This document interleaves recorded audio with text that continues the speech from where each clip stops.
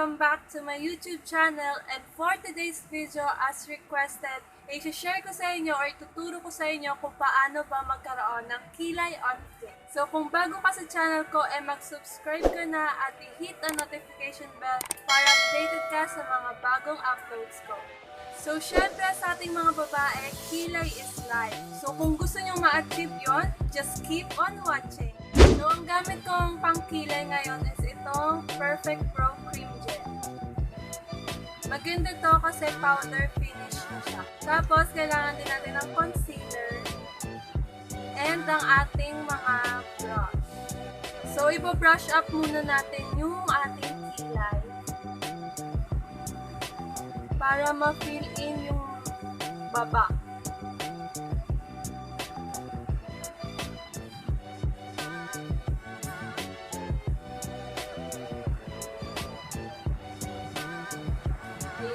So, na-brush up na natin ang ating kilay, kaya it's time for the main highlight. I-outline muna natin yung ating kilay.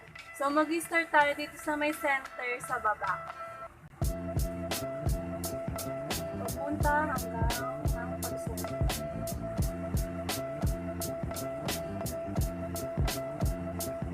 Ayan, kaya tayo nag-start sa may gitna kasi para ma-fade natin yung pangkilay dito papunta sa may center.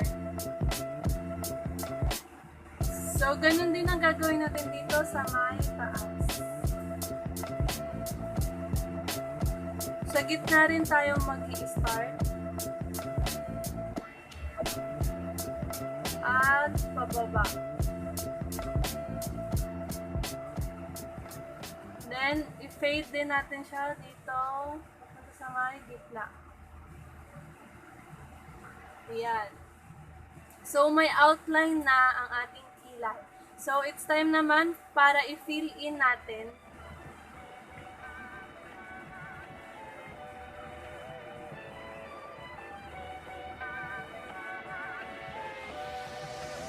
So, tip ko sa inyo, lagi kayo mag-start sa gitna para magkaroon ng fade na effect dito papunta sa may gitna.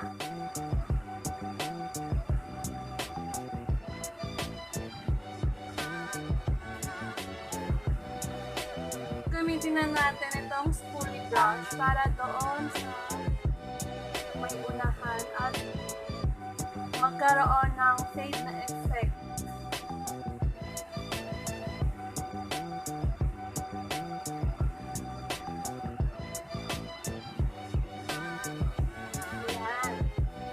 Konti pa.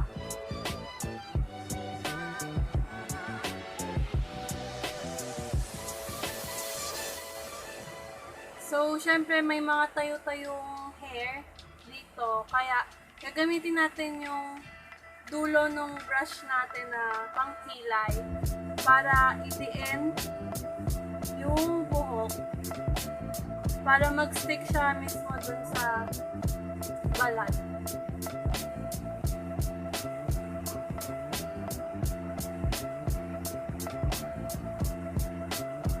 So, ang pag-conceal ko kasi sa may baba lang. Kasi para yun lang yun na parang na-highlight. Yan, dito lang ang i-conceal. Siyempre, pag nag-conceal, sa may gitnang part din tayo lagi mag-uumpisa.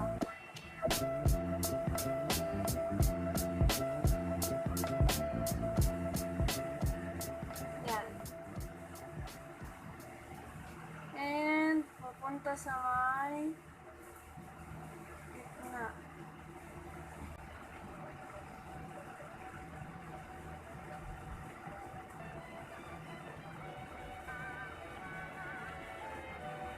So, siguro nagtataka kayo kung bakit may foundation sa pagkikilay. Kasi, yung foundation sa may taas natin na part siya ilalagay. So, parang naging concealer na rin siya. Kaya hindi concealer yung nilagay kasi ayoko na iiba yung kulay ng foundation ko dito sa may taas na to na part ng kilay. Ganun din ang pag-apply.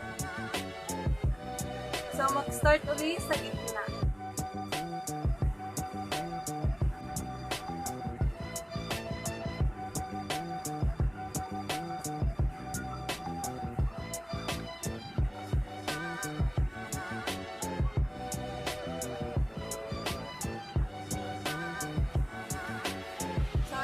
Diba? Nag-match siya dun sa foundation na nilagay na.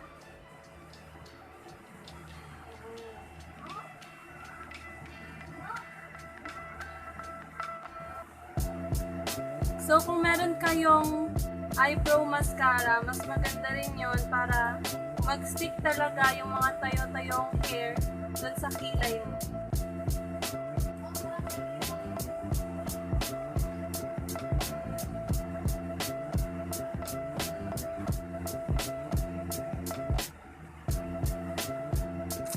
So, ayan na, meron na tayong kilay on fleek. So, meron akong ginawang measurement sa pagkikilay para mas perfect yung kilay.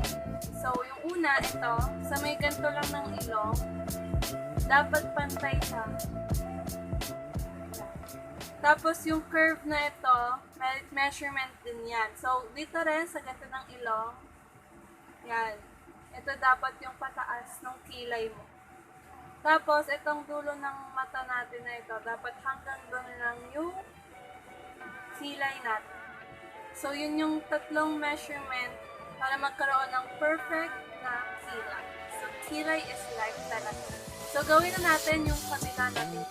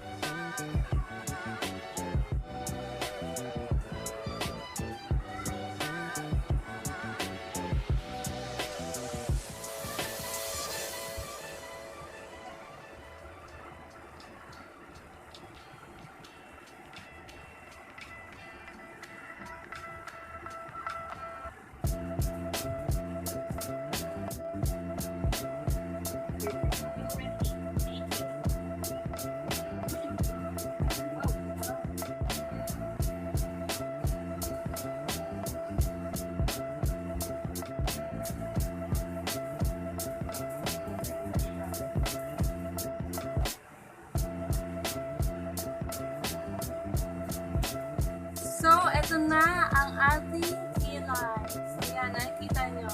So, siguro yung iba sa inyo, kinakabahan kapag nagkikilay kasi baka hindi magpantay. Concealer is the savior. So, kung nagustuhan nyo yung video ko, don't forget to give it a thumbs up. So, panoorin nyo pala guys yung vlog ko na to para manalo ng aking mga pag-giveaways.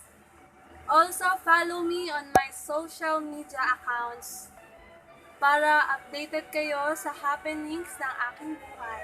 So, see you on my next video. Thank you for watching!